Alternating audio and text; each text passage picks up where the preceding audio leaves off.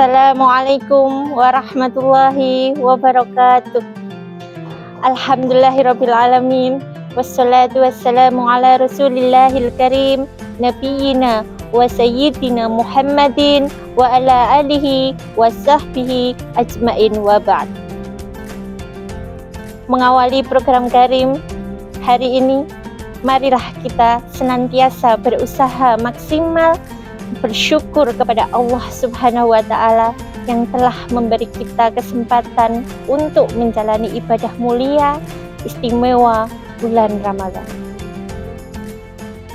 Bulan Ramadan bukan sekedar waktu untuk menahan lapar dan dahaga, tapi juga momentum bagi setiap hamba untuk mendekatkan diri kepada Allah Subhanahu wa Ta'ala. Di dalam Al-Quran, Surah Al-Baqarah ayat 183 sampai 187, Allah Subhanahu wa Ta'ala menegaskan tentang kewajiban berpuasa serta memberikan petunjuk bagi umat Islam dalam menunaikan ibadah di bulan Ramadan. Di antara ayat 183 dan 187 terdapat Surah Al-Baqarah ayat 186 yang menyoroti tentang bagaimana Allah selalu dekat dengan hamba-hambanya yang ingin bertobat dan memohon ampun. A'udzubillahi minasyaitonirrajim. Bismillahirrahmanirrahim. Wa idza sa'alaka ibadi anni fa inni qarib ujibu da'watad da'i idza ta'an falyastajibu li falyu'minu bi la'allahum yarsyudun.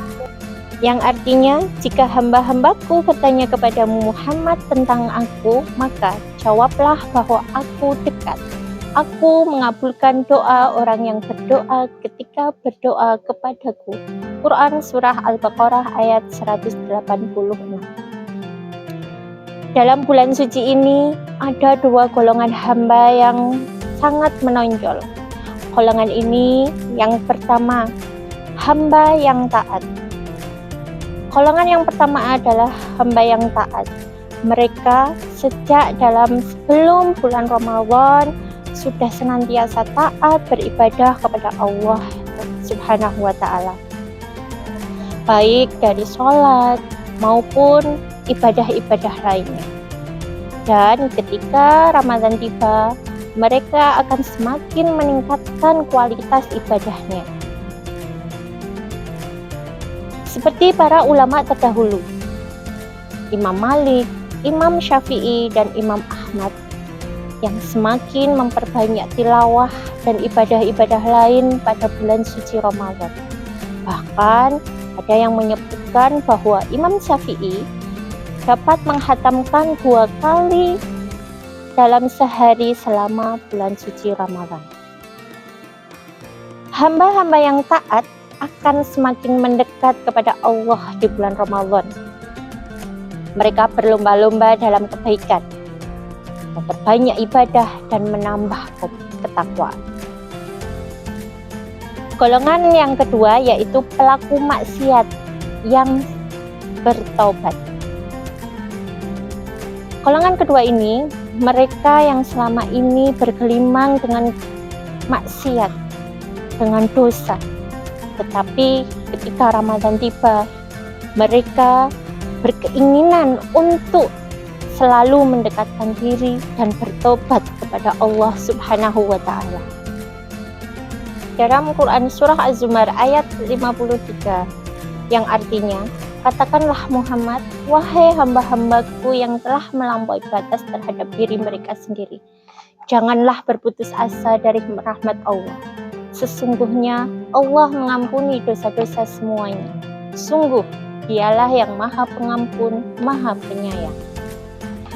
Menariknya, dalam surah Az-Zumar ini Allah tetap memanggil mereka, orang-orang yang banyak berlumur dengan dosa, mereka dengan sebutan hambaku meskipun mereka telah banyak melakukan dosa. Para pemirsa yang budiman, Ramadan adalah kesempatan emas bagi mereka yang ingin kembali kepada Allah Subhanahu wa Ta'ala. Siapapun yang bertobat dengan sungguh-sungguh, niscaya akan diampuni segala dosa-dosanya, sebagaimana yang disabdakan oleh Rasulullah SAW. Barang siapa yang melaksanakan puasa Ramadan dengan iman dan penuh pengharapan kepada Allah Subhanahu wa Ta'ala, maka dosanya yang telah lalu akan diampuni. Hadis riwayat Bukhari dan Muslim. Bahkan mereka yang menghidupkan malam-malam Ramadan, khususnya malam Lailatul Qadar, juga akan mendapatkan ampunan. Barang siapa yang menghidupkan malam Lailatul Qadar dengan penuh keimanan dan pengharapan pahala dari Allah, maka diampuni segala dosa-dosanya yang telah lalu. Hadis riwayat Bukhari dan Muslim.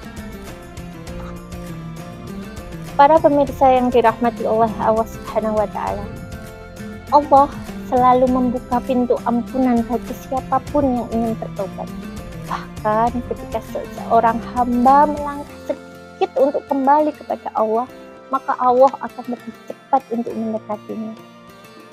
Kalau kita berjalan menuju Allah, Allah akan datang dengan berlari. Artinya, semakin kita mendekatkan diri kepada Allah, maka Allah akan semakin cepat menerima kita, akan dengan senang hati menerima kita untuk kembali kepada-Nya.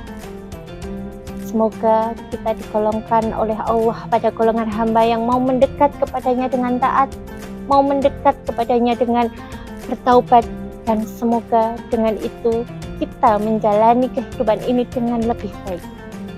Dan bila wafat, maka wafat dalam keadaan husnul khotimah. Allahumma amin. Semoga bermanfaat. Maafkan saya yang lemah ini masih banyak kekurangan.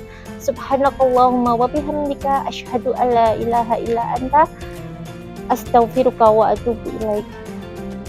Wabillahi taufiq wal hidayah. Assalamualaikum warahmatullahi wabarakatuh.